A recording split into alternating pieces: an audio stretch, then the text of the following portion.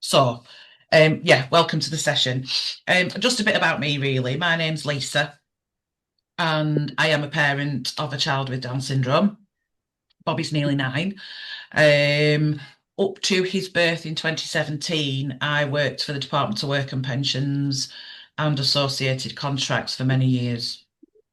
Um, Within that role, I did a lot of benefit advising, both with parents and carers of children who are claiming disability and sickness benefits, single parents, people who wanted to claim benefits in their own right for their disabilities, um, lots of tax credit stuff and things like that as well.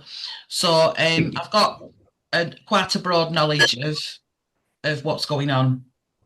Um, so Down Syndrome UK, I've worked with them for about 2.5, 3 years now, and I do other sessions as well with regards to sort of disability living allowance and things like that. But we're just talking about 16 plus stuff tonight. Okay. Um, it'll take about 40 minutes probably.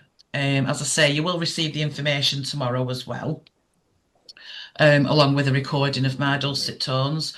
Um, you don't need to make a note of anything. My email is on the end of the session, so if you want to make some notes and email me, that's absolutely fine. I'm always available on email. Um, it's quite self-explanatory, this stuff. Yeah, I'll meet everybody in a minute. I've got a rotten cold at the same time. It is quite self-explanatory, this stuff, and a lot of it also depends on your personal circumstances. Okay, so it's not a one size fits all kind of thing, but you'll see more of that as we go in. We're going to get started. Yesterday, I checked all the information. I keep double checking it just to make sure nothing has changed with regards to rates, benefit rates, and rules and regulations and criteria and things. So hopefully, it's all right as of now.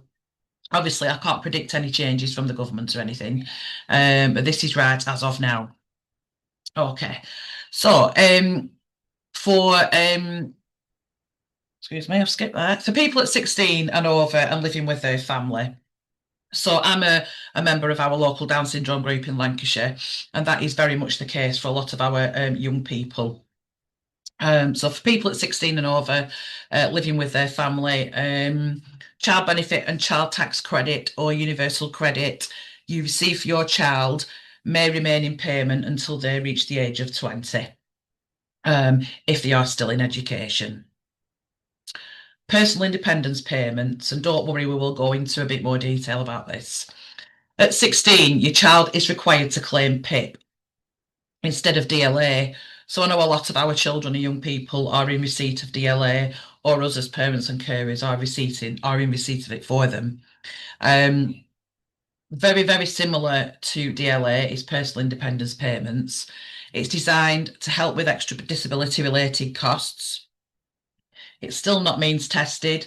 So that means that despite your savings or despite your child or young person's savings, current financial situation, that is irrelevant. Okay, so as with DLA, you will not be asked for any financial information, or they will not be asked for any financial information when applying. Okay. PIP is slightly different than DLA. It is actually a little bit easier to claim PIP than DLA. You don't actually fill a form in. You have to do it over the phone. So that sometimes takes a bit of anxiety away from applying for it. And again, as per DLA guidelines, the money is to be spent on anything that will help or support the daily living. Carers allowance. So some of you or a lot of you may be in receipt of carers allowance right now for your child or young person.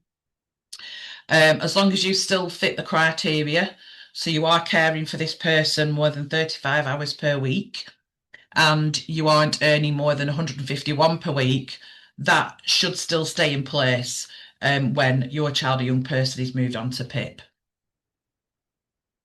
And universal credit, and I'm sure a few of you are already on universal credit, but just a reminder really, universal credit can be paid to someone aged 16 or over, no longer in education, and we go through this in a bit detail shortly. If the young person is in full-time education, it can be paid if they are a student without parental support or if they have limited capability for work. And that a lot of our young people do fall into that category. So child benefit and child tax credit or universal credit, PIP and carers can still remain once your child reaches 16 and over.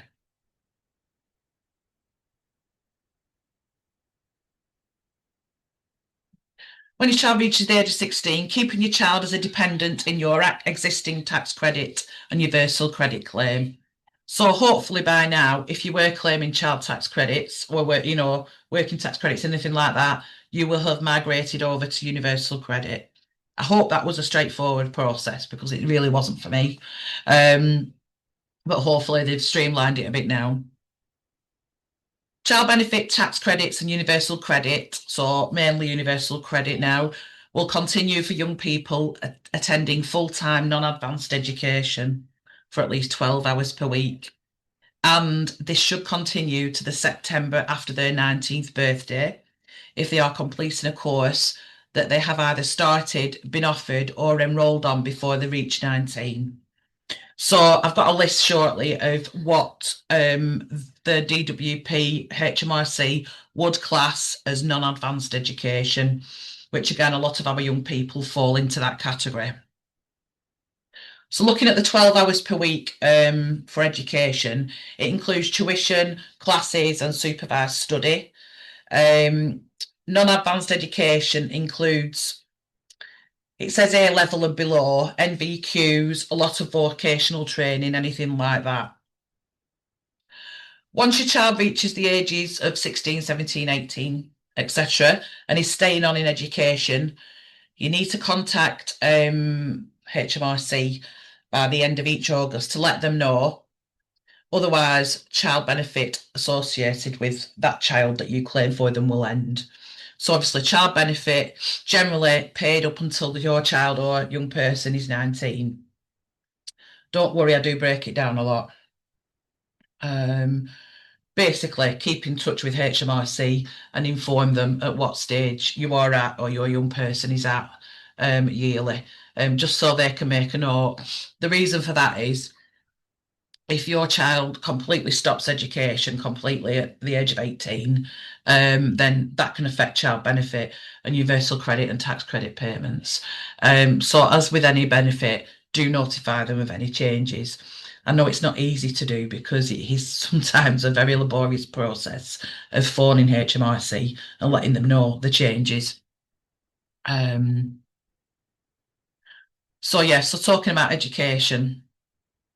So they've come up with a summary of full-time non-advanced education that a lot of our children and young people are attending right now up to the age of 19.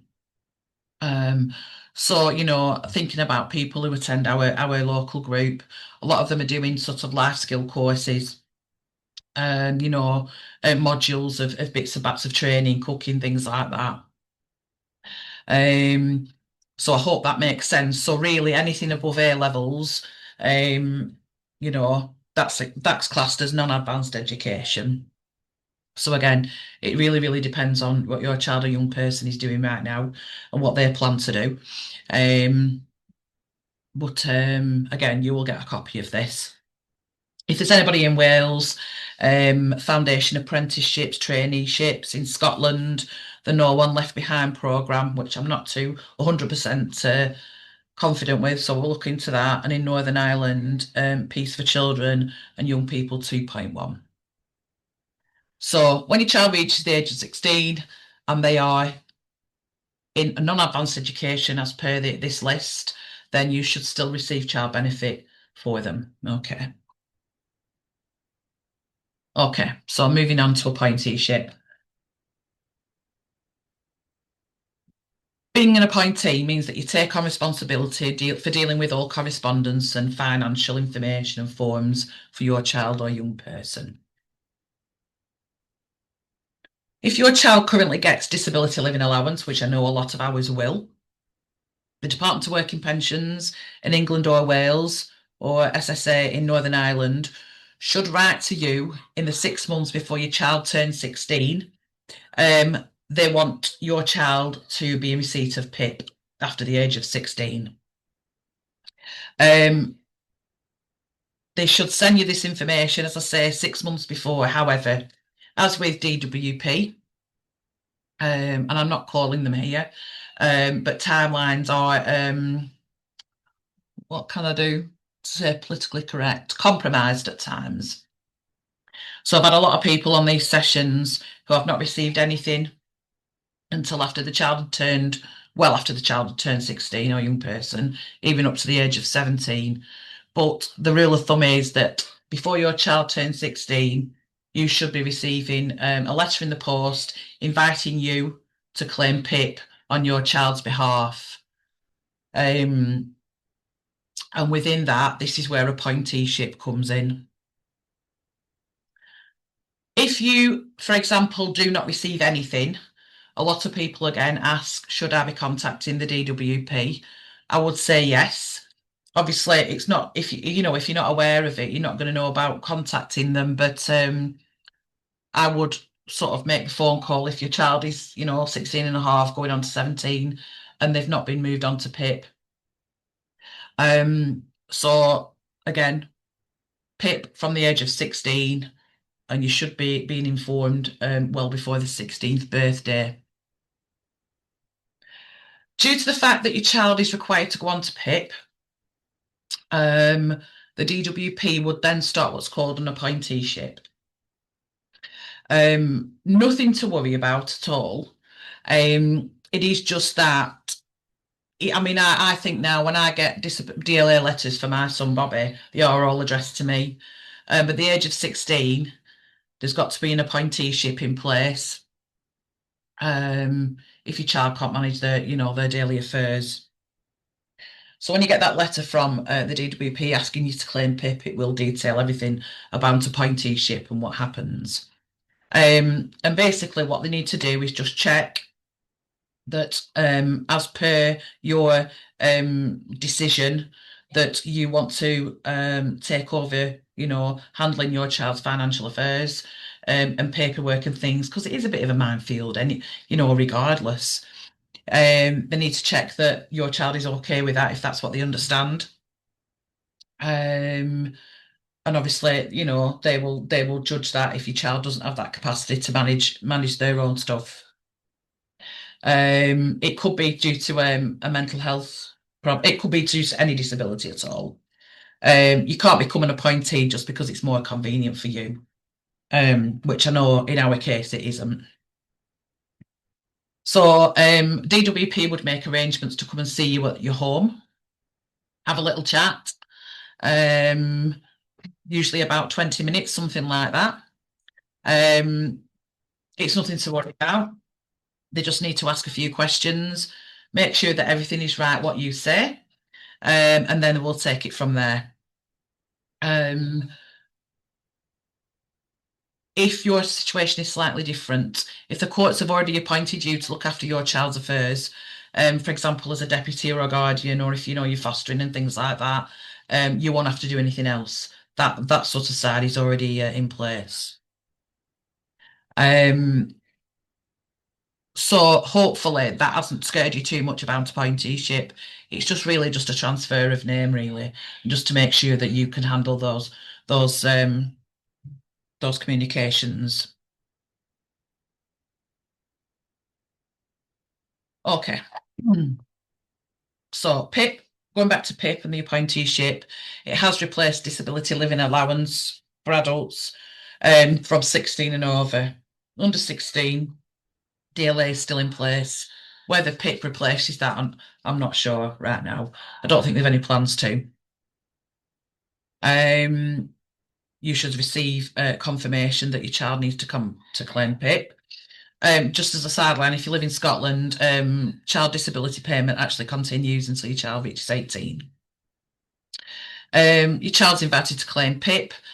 Again, if you claim carer's allowance, that will still continue providing you meet the criteria.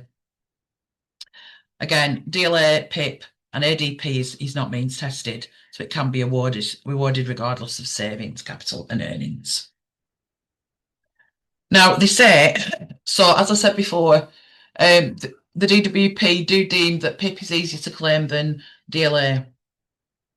I'm not sure if any of you know the ins and outs of PIP, but it's all a point system, basically. So I've been through a couple of PIP claims with a couple of colleagues, actually, and it's very much a phone conversation with a health advisor. Sometimes it can be nurse or anything like that, and they will go through point by point, and they have a list of things that they need to check, and it's a point system. Similarly as DLA, you can appeal it if you feel that you've not received the right rate for your young person, but it just takes that anxiety away about completing forms as well. So PIP can be spent in any way as you wish. Receiving PIP may increase awards to universal credit or tax credit. So again, looking at your universal credit, if you are in receipt of that, you can get that extra disability element for your child or young person if they are awarded PIP. As with DLA, again, it is made up of two parts. DLA is care and mobility. PIP is living and mobility. So there's lots of questions around routines during the day, routines at night. Can you do this? Can this person do that? You know, they really, really get to the nitty-gritty of it. But again, it's quite easy to follow. If you need some information on that, I do have a few bits and bats which I can add to the session. So hopefully that's made it a bit clearer. Just very much a transfer from DLA to PIP. No idea why they created this in the first place, particularly when a lot of people are just happy staying on DLA. If you can hear a child in the background, it's my little Bobby with DS. He's growling at the moment for some reason. So daily living components. So as per DLA, which is split into 3 for care, it's just 2 for daily living, standard rate and enhanced. And mobility is standard rate and enhanced. The mobility component, as per DLA again, I don't know if any of you are in receipt of high rate DLA mobility for your young person or child. You would still need to be eligible, or your child would still need to be eligible for the enhanced rate to lease a car on the Motability scheme. Okay. So that's PIP. So again, it's just a transfer from DLA to PIP, but it has to happen at the age of 16 or thereabouts. What a lot of people I've spoken to and a couple of advisors at the DWP, if you are on or your child gets lower rates for DLA, they tend to go higher when they go on to PIP. Because obviously the support they will need will change for daily living and things. So quite a lot of them have been upgraded. Say if they claim middle rate, they got middle rate on DLA care. A lot of them are going on to enhanced on daily living for PIP. You know, so that's a really positive thing. Okay, so I'll just have a sip of my drink. So universal credit. So yeah, universal credit. So around the time I was there when they started rolling out universal credit at the DWP. And the point of it was to have one benefit, you know, per family. So instead of, you know, getting child benefit from here and tax credits from here, then DLA and da da da da da, they wanted one universal benefit, probably to save money for them, so that it was easier to manage. So if, you know, if a DLA rate was changing, it'd be one place that you needed to contact, not different ones, and then they all feed into each other. It was also designed to make welfare benefit system a bit more fair, because a lot of the reasons for universal credit was so that people in work were benefiting from being in work as opposed to, earning more on welfare benefits, if you will. So that was introduced. As I say, hopefully now, if you were on child tax credits or working tax credit, it has been transferred to universal credit. They started rolling it out years ago, and it just sort of filtered through England and Wales, and so hopefully you transferred. So just to recap, universal credit replaces new claims for the following means tested benefits. So income support, what was income support? Income-based job seekers allowance, income-related employment and support allowance, which was like the sickness benefit, child tax credit, working tax credit, and housing benefit. So those are all income means tested. So obviously, depending on your financial status, you would be awarded that dependent. Again, universal credit does not interfere with DLA or PIP or child disability payment or adult disability payment. So hopefully you are all in receipt of this and that's all working okay.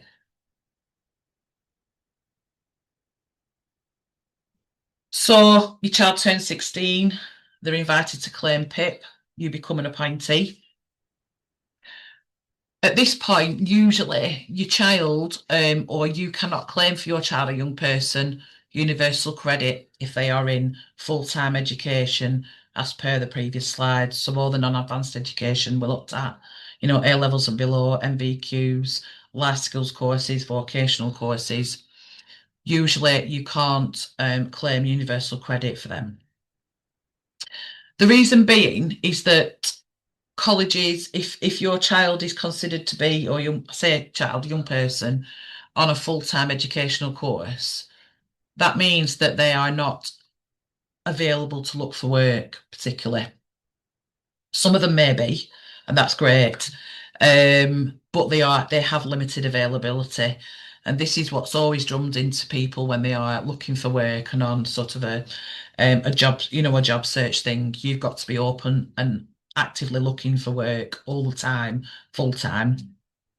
So obviously our young people, one, may not have the capacity to do that, have limited availability, have limited capability to do any type of work. So this is the reason that universal credit may not apply straight away for our children. There are saving limits and things with universal credit, and they do take into account financial information for the family. So if your son or daughter or young person were lucky to have savings over 16,000, they would not be able to put a claim in for universal credit. Again, if they were in full-time education at 16, that wouldn't apply either.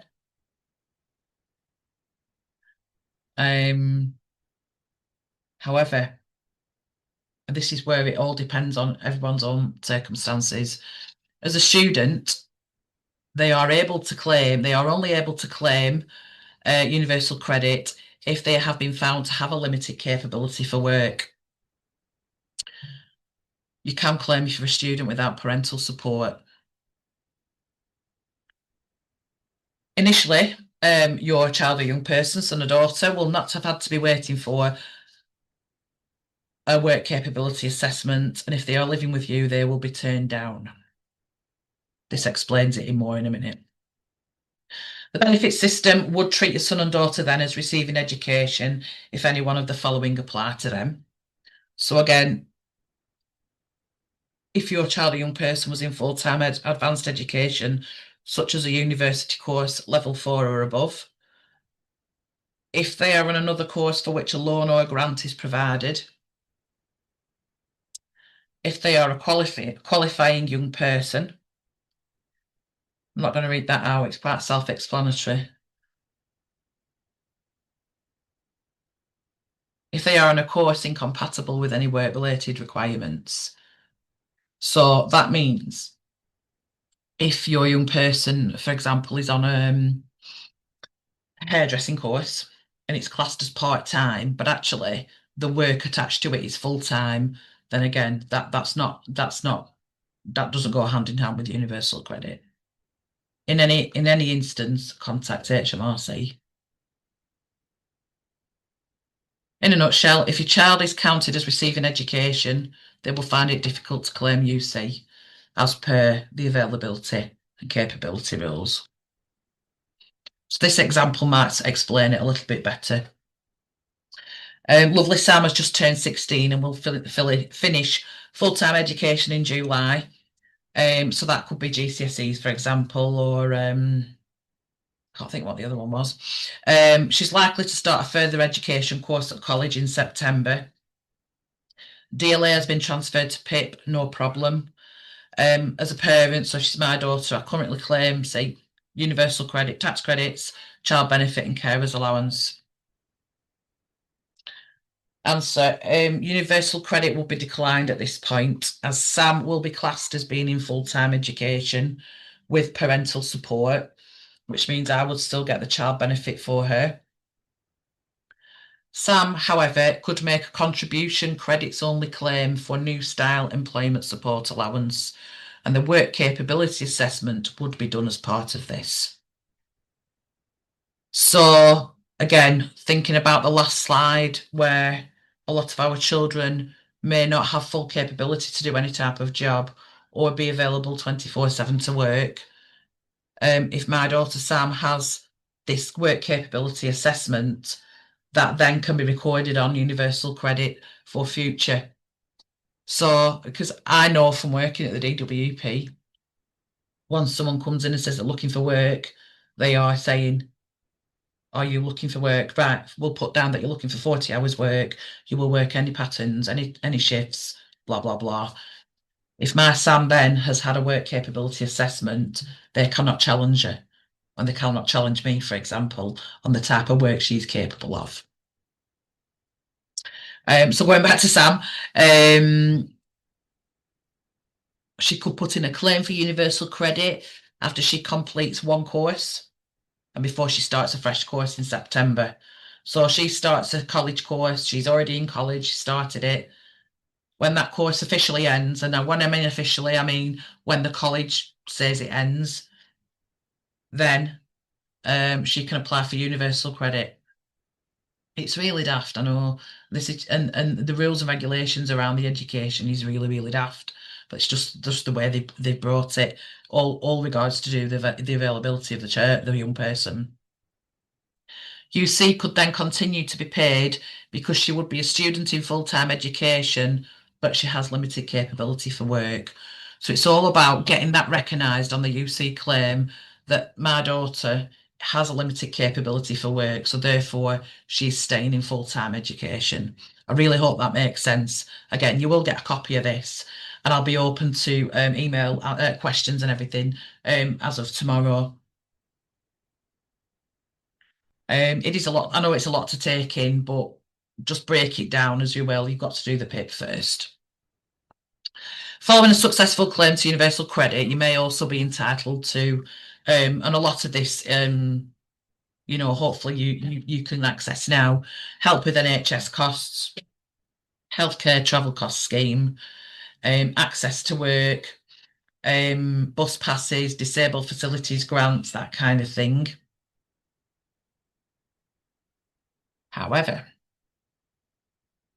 talking about the work capability assessment, you can apply for that for your young person or child, and they can have that work capability assessment. They won't get any money from employment support allowance for it, but again, it will be recorded then that they are not available and capable for certain types of work. When your child is no longer classed as receiving education, they should be able to claim universal credit straight away and have the extra work capability amount added in the first payment period.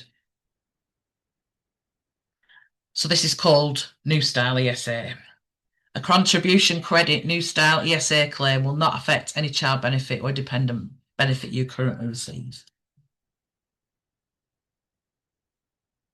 Once the work capability assessment has been carried out, someone claiming universal credit who has been found to have limited capability work-related requirements is entitled to an extra amount within their universal credit.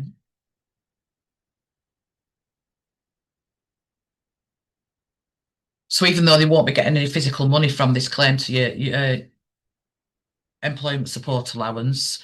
They've then had that capability assessment, and also they will start then building up their national insurance credits. Because obviously you get that when you're in work. But that would start that then, and protect future pensions and things. Oh, it's a long way off. Obviously, if your child has worked and started building up sufficient national income contributions, that's fine. But in reality, I know a lot of our children won't have, so they wouldn't actually qualify for any money, but they just get the contributions. Other supports available. Again, this all depends on your own circumstances as well. So there is a discretionary bursary which any young person can apply for. It's available to students in England. Students who have been claiming UC or ESA and either DLA or PIP will be entitled automatically to £1,200 a year. So I'm not sure if you knew about that. You'd need to contact the education provider, college, etc. for that. Disabled Students Allowance, students with higher needs or more complex needs may qualify for a Disabled Students Allowance. That could be note takers or prompts or anyone to help them around educational establishments. And there is an Education Maintenance Allowance, EMA, in Wales and Scotland as well. That amount awarded depends on parental income. Council tax exemptions, we've got to think about that as well. Once a young person reaches 18, so moving up a bit, they will be included in the council tax calculation for the year. So some students will be exempt if they are classed as having SMI. It's only once your young person is no longer counted as a student that you could apply for the exemption as well. So that's just something to bear in mind. Carers also can be exempt if they care for someone aged 18 or over who lives with them for at least 35 hours a week, and the person is not their partner, which obviously will be your child, and they are in receipt of PIP. So have a look on your local council website or ring them up and see if those discounts may be okay for you guys. It's just worth it, even if it's a no, it's worth checking. I've done it a couple of times, but hours don't give much really. Benefits from 21. So you continue to be eligible for PIP. So that's all okay. PIP stays the same. PIP, incidentally, is very much like DLA. You will be required to renew it every now and then. They tend to give either short awards for 3 years or very long ones with PIP. Whereas DLA tend to sort of 3 to 5 years I've always had with my children. So again, they would inform you the powers that be that you needed to renew, and they would send you the correct information. I think the minimum they do is 2 years now anyway. So benefits from age 21, PIP would remain as per the criteria, occasional renewal forms to complete. If you still haven't got universal credit for your child or young person, even if they are in full-time education or, vocational courses, again, non-advanced, that's fine then. They can apply for universal credit in their own right. You would be asked to supply maybe some evidence of their disability and probably where they're attending college and things. But then that would suffice, that they are not required to look for work, to have to go to the jobs, which again, I'm not calling anyone, but having to go to the job centre 2 or 3, every 2 or 3 weeks and telling them what you've been doing to look for work, that will be taken off their account. Which can only be a positive thing for us. And if they want to look for work, absolutely they can do, but they're not going to have those legal requirements. So you're probably pleased to know we're at the end slide now. So source of support. So I said, Department of Work and Pensions and HMRC, please do keep in touch with them. Cerebra and Contact are really, really good websites if you need further information. There's lots of different examples on there as well. DSUK, we run lots of different online sessions and things. I put Family Fund on because I really, really endorse Family Fund. I think it's great.